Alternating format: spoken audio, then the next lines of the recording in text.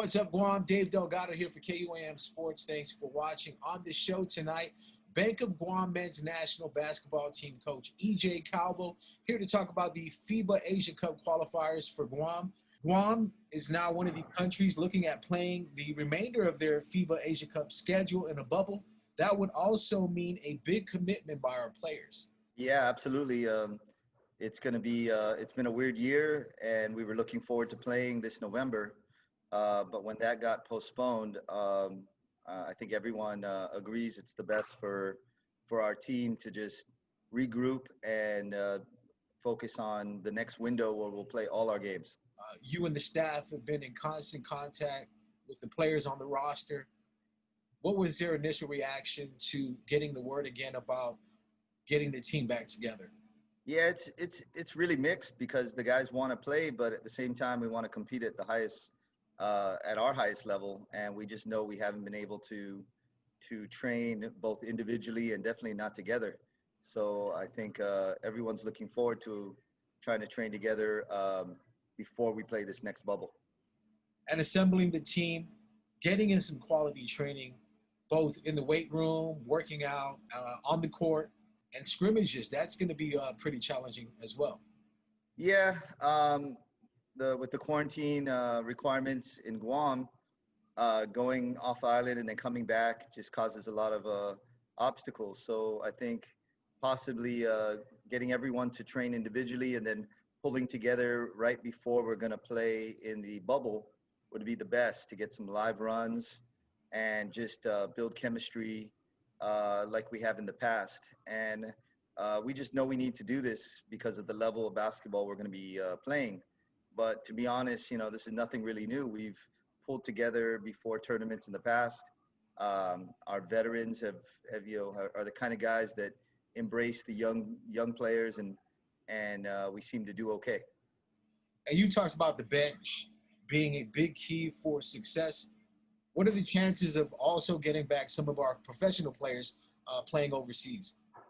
Yeah, well, we only have two guys right now who are active, and the way FIBA works is most of the pro leagues, I think, outside of the NBA, take a break on purpose to accommodate national players during these bubbles, and that's why they're all set at the same time around the world. So I know we're going to do our best to pull in the best players in our program.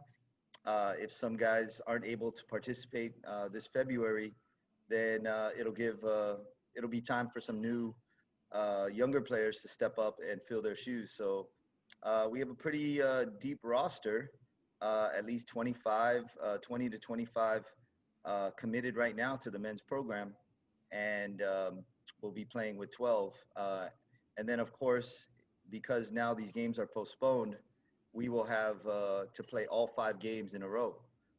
We're hoping maybe there's a day or two break within those 5, but it hasn't been unheard of that we've played 5, 6, 7 games in a week.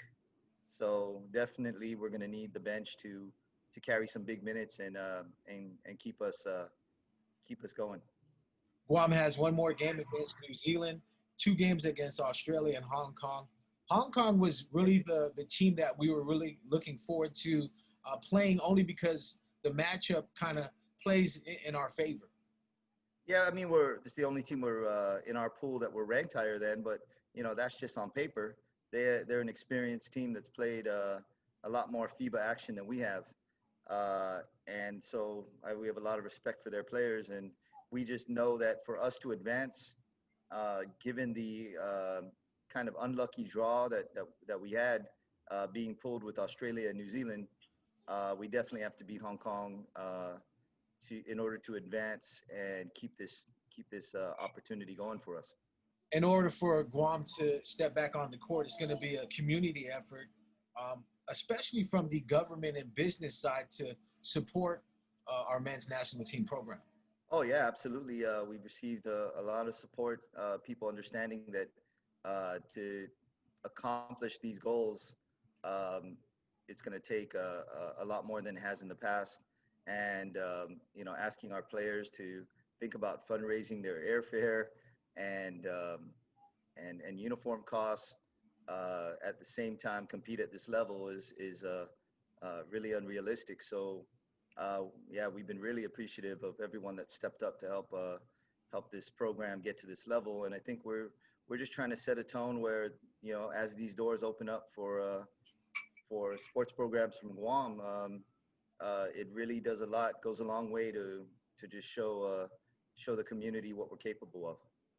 And it's really inspiring too because, interviewing several players on the team, we've already seen it trickle down to middle school and high school players just having more pride in representing Team Guam.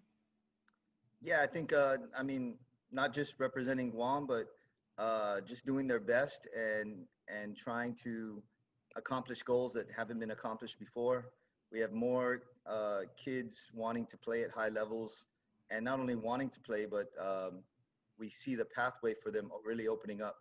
We see, I mean, I've worked with a lot of kids, especially in high school now, that are extremely focused and driven to play to continue playing after high school and maybe even after college and look at professional opportunities. And it's because they now have seen other players from Guam or players that have come through our community do well. And I think that's very inspiring. And so I want to keep that up, and then hopefully, if all goes well, they return and they get to represent Guam as well and get this experience.